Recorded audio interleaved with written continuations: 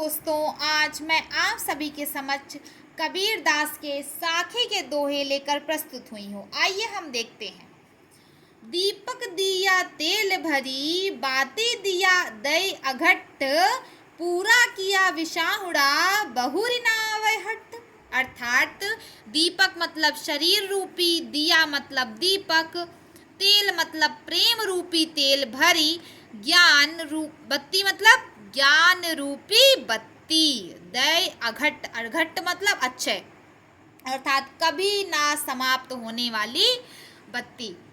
पूरा किया विषाहुड़ा मतलब क्रय विक्रय, बाहुरी बहुरी अर्थात फिर ना आवे हट, बाजार, हट माने बाजार होता है। ठीक, उसके बाद आपको मैंने संदर्भ अपने पहले ही पार्ट में बता चुकी हूँ, तो इसलिए मैं दूसरे पार्ट में आपको नहीं बताऊंगी क्योंकि समय लगता है और आपको संदर्भ इसमें भी वही ही लिखना है। उसके बाद प्रसंग देखिए।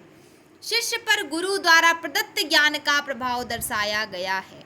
आप इसको सरल शब्दों में याद कर सकते हैं कि इसमें सिर्फ मतलब गुरु के द्वारा ज्ञान का प्रभाव, अर्थात अपने भाषा में भी लिख सकते हैं कि इसमें गुरु के ज्ञान का बताया गया कि उससे क्या क्या प्रभाव पड़ता है।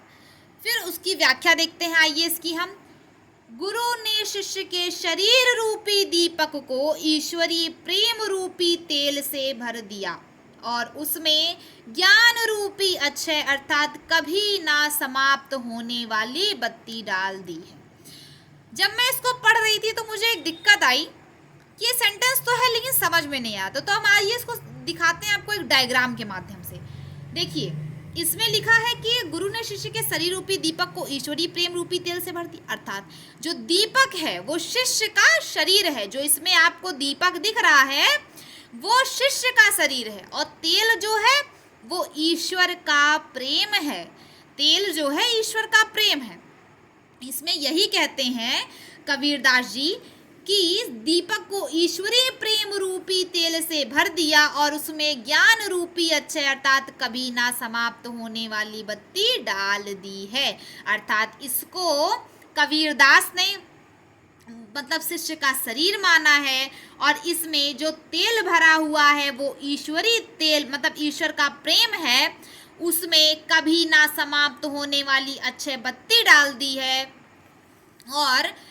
और उसमें ऐसा डाल दिया जिसका ज्ञान कभी समाप्त ही नहीं होगा। मतलब जो बत्ती है वो कैसी बत्ती है? ज्ञान रूपी बत्ती है। ठीक, तो ऐसी बत्ती डाल दी है जिसका ज्ञान कभी समाप्त नहीं होगा। उसने मतलब गुरु ने उन्हें इतना ज्ञान दे दिया है। उसकी ज्योति से जीव की सांसारिक वासना समाप्त हो गई है। जो उसकी लौह जल रही है दिए की, उससे सांसारिक वासना, मोह माया की इस धरती पे ये मेरे पिता हैं, ये मेरे मम्मी हैं, ये मेरे मतलब इसकी जो सांसारिक वासनाएं होती हैं, मोह होता है, मतलब दुनिया एक रैट ट्रैप में फंसी रहती है, तो उस सब से उन्हें मुक्ति मिल चुकी है। अर्थात सांसारिक वासनाओं का क्रय विक्रय समाप्त हो गया है। अर्थात जो मनुष्य संसार में आता है तो बाजार में जाता है, वो चीज़ें खरीदता है, तो उसका जो इस मतलब संसार के रूपी बाजार में आने का है वो क्रय विक्रय समाप्त हो चुका है। अब उसे दोबारा इस संसार में आना नहीं पड़ेगा।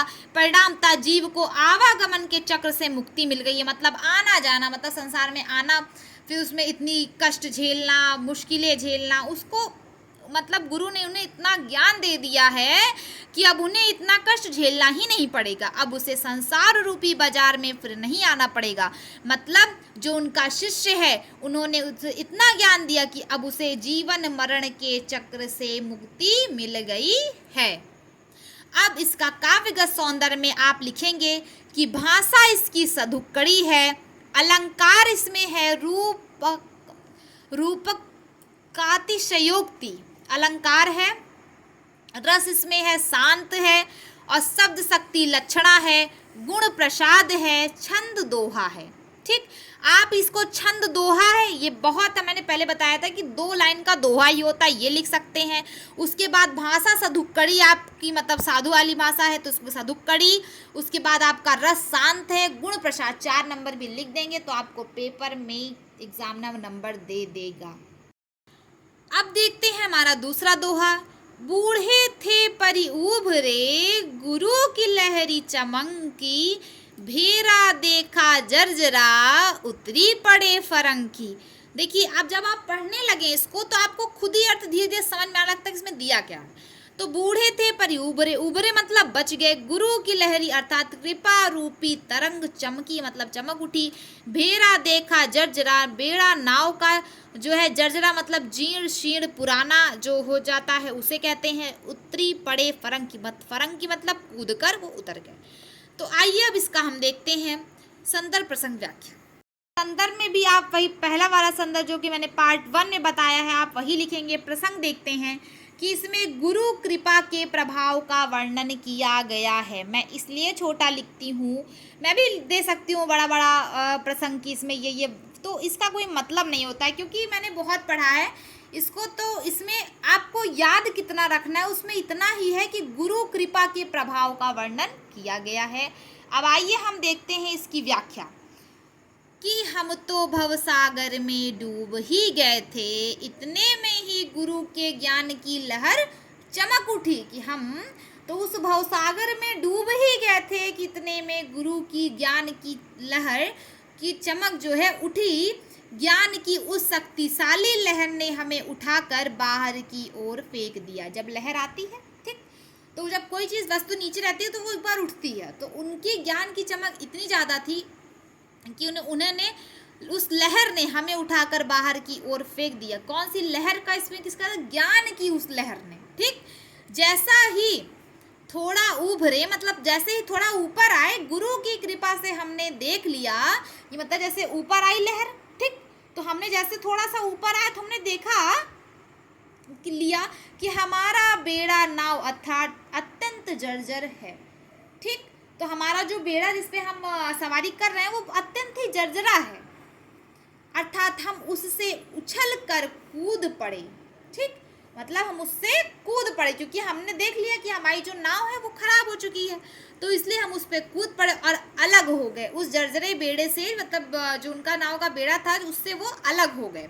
इस प्रकार गुरु द्वारा प्रदत्त ज्ञान के कारण हमारा सांसारिक मोह समाप्त हो गया और हम भवसागर से पार हो गए। अर्थात गुरु जी के द्वारा जो ज्ञान दिया गया है उनसे सांसारिक मोह कि मतलब कि इस दुनिया में मतलब आपको हर चीज़, एक घर चाहिए होता है, मकान, पैसा, रुपया, ये सब सांसारिक मोह है। और इसी सब के चक्कर में इंसान रैट ट्रैप की तरफ फंसा रहता है और ये सोचता है कि ये मेरा है, ये मेरा, ऐसा कुछ नहीं होता। तो उन्होंने मतलब कबीरदास को उन्होंने इतना ज्ञान दे दिया, किसने? गुरु ने, कि उनका सांसारिक मोह समाप्त हो गया और हम भवसागर से पार हो गए। अर्थात उन्होंने इतना ज्ञान दे दिया कि वो पूरा भवसागर से पार हो गए। अर्थात जो हमारा संसार रूपी सागर है उससे हम पार हो गए, जीवन मरण के चक्र से हमें मुक्ति मिल गई। अब इसका काव्यगत सौंदर्य में आपको मैं फिर से याद दिलाती हूँ, और याद अगर आप मेरे साथ करते चलते हैं तो आपका पेपर बहुत ही अच्छा जाएगा। कि भाषा सधुक्कड़ी आप पहले लिखिए, उसके बाद आप गुण प्रसाद है ये भी याद कर लीजिए। छंद में आप दोहा लिख सकते हैं और उसके बाद शब्द शक्ति लक्षणा है, गुण प्रसाद, अलंकार रूप का अतिशयोक्ति है और छंद दोहा रस शांत। आप ऐसे याद करेंगे तो आपको बहुत ही जल्दी याद हो जाएगा। अगर आपको मेरा वीडियो पसंद आता है तो प्लीज़ मेरे वीडियो को लाइक करें और मेरे चैनल को सब्सक्राइब करें और कमेंट करके बताएं कि आपको ये वीडियो मेरा कैसा लगा। धन्यवाद।